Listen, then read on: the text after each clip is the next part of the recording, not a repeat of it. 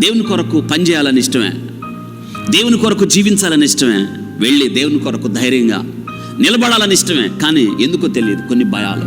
ఒకవేళ నీకు భయం ఉందా, కష్టం ఉందా, బాధ ఉందా, అనుమానాలు ఉన్నాయా, ఏం చేయాలో తెలియట్లేదా, ఏం చేయని అవసరంలా. నీ అనుమానం, నీ కష్టం ఉన్నది ఉన్నట్టుగా ఎవరి ముందు పెట్టు.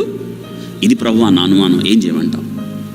నా కష్టం ఇది ప్రభువా, దిక్కు తోచట్లేదు. నువ్వు చెప్పావు చేస్తా, కానీ నా అనుమానం, నేనేం చేయాలి చెప్పు. మనుషులు ఎవరు అర్థం చేసుకోరేమో, కానీ దేవుడు మాత్రం అర్థం చేసుకోగలడు. అందుకే దేవుని దగ్గరకు వచ్చేయచ్చు, మనం ధైర్యంగా వచ్చేయచ్చు. అందుకే ఆ కృపా సింహాసనం యొద్దకు మనం ధైర్యంగా రావచ్చు. మన ప్రతి విషయాన్ని ప్రభుతో ఒప్పుకోవచ్చు. భయపడకండి ఎప్పుడు జీవితంలో.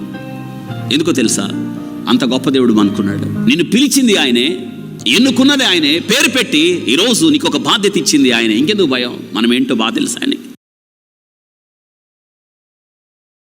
ఒక్కొక్కసారి మనకి దేవుని కొరకు పనిచేయాలని ఇష్టమే,